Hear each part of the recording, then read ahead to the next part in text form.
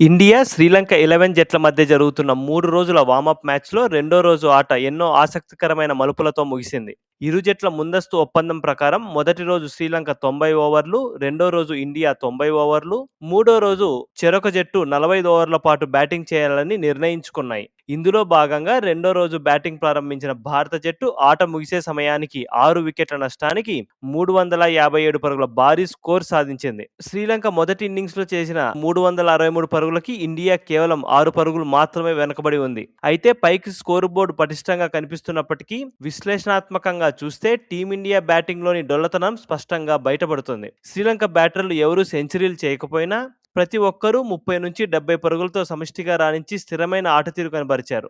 కానీ భారత జట్టు విషయానికొస్తే పరిస్థితి పూర్తి భిన్నంగా కనిపించింది. ప్రొఫెషనల్ బ్యాటర్లు విఫలమవ్వడంతో కేవలం కొద్ది మంది ఆటగాళ్లపైనే జట్టు ఆధారపడాల్సిన దీనస్థితి తలెత్తింది. ఈ మ్యాచ్‌లో అందరినీ అత్యంత కలవరపెట్టిన అంశం మన అగ్రశ్రేణి బ్యాటర్ల వైఫల్యం. గాయం కారణంగా ముందస్తు జాగ్రత్త చర్యగా శుభ్మన్ గిల్ ఈ మ్యాచ్‌కు దూరం కావడం భారత జట్టుకు మొదటి దెబ్బ. ఇక ఇన్నింగ్స్ ప్రారంభించిన యశస్వి జైస్వాల్ తాను ఎదుర్కొన్న రెండో బంతికే డకౌట్‌గా పెవిలియన్ చేరడం తీవ్ర నిరాశకు గురిచేసింది. దీనికి తోడు జట్టులో ఉన్న ఇద్దరు స్టార్ వికెట్ కీపర్లు రిషబ్ పంత్ కేవలం 2 పరుగులు, ధ్రువ్ జురేల్ 1 పరుగు చేసి సింగిల్ డిజిట్‌కే పరిమితం కావడం నిజంగా ఒక చేదు వార్త. టాప్ ఆర్డర్‌లో 5గురు ప్రొఫెషనల్ బ్యాటర్లుంటే అందులో ముగ్గురు దారుణంగా విఫలమవడం, జట్టు భారాన్ని ఆల్రౌండర్లు మోయాల్సి రావడం టెస్ట్ సిరీస్‌కు ముందు ఖచ్చితంగా ఆలోచించాల్సిన విషయమే. మెయిన్ మ్యాచ్‌లలో ఒత్తిడి ఎక్కువగా ఉంటుంది కాబట్టి ఇలాంటి ప్రదర్శన అక్కడ పునరావృతమైతే మూల్యం చెల్లించుకోక తప్పదు.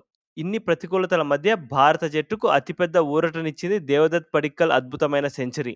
ఆరంభంలోనే జైస్వాల్ వికెట్ కోల్పోయి కష్టాల్లో ఉన్న జట్టును కేఎల్ రాహుల్‌తో కలిసి పడిక్కల్ ఆదుకున్నాడు. ఆ తర్వాత జడేజాతో కలిసి కీలక భాగస్వామ్యాన్ని నిర్మించాడు. రాహుల్ 40 పరుగులతో బాధ్యతాయుతంగా ఆడి పర్వాలేదనిపించగా, పడిక్కల్ మాత్రం ఆద్యంతం లంక బౌలర్లపై ఆధిపత్యం చెలాయించాడు. సెంచరీ పూర్తయిన తర్వాత రిటైర్డ్ హట్‌గా వెనుదిరిగిన అతడు చివర్లో లంక పేసర్లు షార్ట్ పిచ్ బంతులతో మన టైలెండర్లను ఇబ్బంది పెడుతున్న సమయంలో వారిని రక్షించేందుకు మళ్లీ క్రీజులోకొచ్చాడు.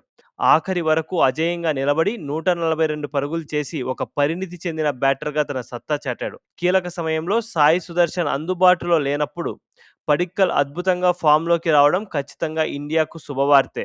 ఇక మిడిల్ ఆర్డర్‌లో ఆల్రౌండర్లు బాధ్యతాయుతంగా ఆడడం ఈ మ్యాచ్‌లో మరో సానుకూల అంశం. గిల్ అందుబాటులో లేనప్పుడు 4గో స్థానంలో బ్యాటింగ్‌కొచ్చిన రవీంద్ర జడేజా అద్భుతంగా ఆడి 63 పరుగులు చేసి రిటైర్డ్ హట్‌గా వెనుదిరిగాడు. పంత్, జురేల్ అవుటైన క్లిష్ట సమయంలో జడేజా యువ ఆల్రౌండర్ మానవ్ సుతార్‌తో కలిసి ఇన్నింగ్స్ చక్కదిద్దాడు. ఈ మధ్య కాలంలో అక్షర్ పటేల్, వాషింగ్టన్ సుందర్‌లు ఆల్రౌండర్లుగా, బ్యాటర్లుగా పెద్దగా రాణించని ప్రస్తుత తరుణంలో మానవ్ సుతార్ 41 పరుగులతో, సారాంశ్ జైన్ 22 పరుగులతో తమ బ్యాటింగ్ సామర్థ్యాన్ని నిరూపించుకోవడం ఒక గుడ్ న్యూస్ అనే చెప్పాలి. సుతార్ అయితే ఏకంగా హాఫ్ సెంచరీ దిశగా సాగుతూ దురదృష్టవశాత్తు ఎల్బీడబ్ల్యూగా వెనుదిరిగాడు.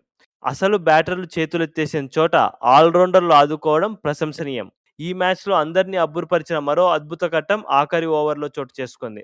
టెయిల్ ఎండర్‌గా క్రీజులోకి వచ్చిన ఫాస్ట్ బౌలర్ గుర్నూర్‌బర్ ధిలాం సుధీరా వేసిన ఆఖరి ఓవర్‌లో ఏకంగా 4 సిక్సర్లు బాది కేవలం 18 బంతుల్లోనే 36 పరుగులతో వీరవిహారం చేశాడు.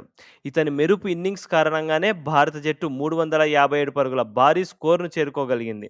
ఓవరాల్‌గా విశ్లేషిస్తే వార్మప్ మ్యాచ్ కాబట్టి పడిక్కల్, జడేజా మరియు ఆల్రౌండర్ల పోరాటంతో జట్టు ప్రస్తుతానికి గట్టెక్కినప్పటికీ ప్రొఫెషనల్ బ్యాటర్లు తమ స్థాయికి తగ్గ ఆటతీరు కనబరచకపోవడం అనేది ఒక పెద్ద లోపం.